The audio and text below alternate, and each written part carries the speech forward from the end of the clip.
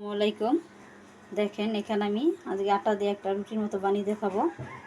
এখানে আমি পেঁয়াজ নিয়ে নিছি, মরিচ কুচি করছি, তারপর এখানে টমেটো আছে, এখানে গাজর কেটে নিয়েছি। ওখানে একটা পাত্রের মধ্যে আমি আগে আটা নিয়ে নিতেছি। 1 কাপের চেয়ে একটু কম দিছি আমি আটা, যেহেতু বেশি বানাবো না। যারা যেরকম পরিমাণ বানাবেন ওরকম আটা নেবেন। আমি এটার উপর এখন হালকা পরিমাণ লবণ দিয়ে দিতেছি। এখানে আমি একে একে সব দিয়ে দিব। এখন পেঁয়াজ কুচি, কাঁচামরিচ, টমেটো, এখানে দিয়ে দিলাম আমি গাজর। আমি ঘরের রেসিপি, ঘরের শর্টকাট জিনিস দিয়ে রেসিপিটা দেখিয়ে দিব।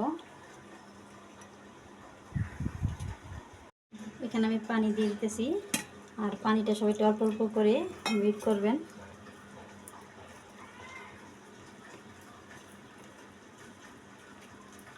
দেখেন আমার আটাটা গোলানো হয়ে গেছে। এটা এখন আমি চুলায় দিয়ে দিব। আমি একটা চুলায় প্যান বসিয়ে দিছি। দেখেন এখানে আমি একটু তেল দিয়ে দিলাম হালকা পরিমাণ। তেলটা সুন্দর করে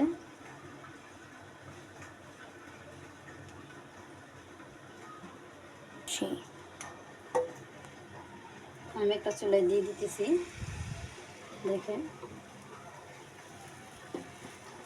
একদম সুন্দর করে চামিচটা মিলে দিব। আপনারা সুন্দর করে এটা মিলে দিবেন। একবার ভালো না, একবার পাতলাও না, মিডিয়াম পরিমাণ মিক্স করবেন। দেখেন আমি উল্টিয়ে দিছি। আপনারা এভাবে একবার উল্টিয়ে দিবেন যাতে জিনিসটা ভালো মতো সিদ্ধ হয়। কারণ এখানে গাজরটা আমি যেহেতু কাঁচা কাটা, টমেটোটা ওইভাবেই করানো, এই জন্য একটু উল্টিয়ে দিলাম। দেখেন হয়ে গেছে। আমি এটা চুলাতে এখন নামিয়ে নিতেছি। দেখেন কত সুন্দর ঘরের রেসিপি জিনিস দিয়ে আমি একটা সুন্দর একটা রেসিপি বানিয়ে দিলাম, বিকেলের ঝটপটের নাস্তা। দেখেন আমার হয়ে গেছে বিকেলের নাস্তা। আর আপনারা যদি চান এটা আপনারা বাচ্চাদের দিতে হলে আপনারা যদি মনে করেন একটু সুন্দর করে বলটে দিবেন, সেটা আপনি এভাবে বলটে দিয়ে দিবেন ওদের হাতে। এভাবে বলটেও দিতে পারেন।